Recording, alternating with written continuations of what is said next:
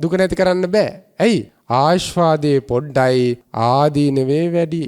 ආදීනේ වැඩි ඔය ක්‍රමයෙන් ස්ථීර සැපයකට යන්න බෑ. සැපයක් නැතිකම නෙමෙයි. ස්ථීර සැපයකට යන්න බෑ. ස්ථීර දුක නැති තැනකට යන්න බෑ. හැම වෙලේම අපි අසරණයි. පුළුවන් තරම් රූප ශබ්ද දිදී දුක් විඳලා අවසානයේදී මොකද වෙන්නේ? තෘප්තිමත් භාවයෙන්ද මැරෙන්නේ? නෑ. අන්තිමට මේ තියෙන හිල් වෙච්ච කලවලට පුරවලා අන්තිමට කල ටික කැඩිලා ගිහිල්ලා අන්තිමට ඊළඟ ජීවිතයක් කියලාත් ලැබෙන්නේ මොකද්ද? ආයෙත් මේ වගේ හිල් වෙච්ච භාජන ටිකක් ලැබෙනවා. තව මිනිස්සෙක් වුණත් කරන් ඊළඟ ආත්මෙත් කරන්නේ මොකද්ද? ඊළඟ ආත්මෙත් මෙන්න මේ හිල් වෙච්ච භාජනයක් වගේ මේ කොච්චර රූප දුන්නත් පිරෙන්නේ නැහැ. කනට කොච්චර ශබ්ද දුන්නත් පිරෙන්නේ නැහැ. නාසයට කොච්චර දුන්නත්, දිවට කොච්චර දුන්නත්, කයට කොච්චර දුන්නත් පිරෙන්නේ නැහැ.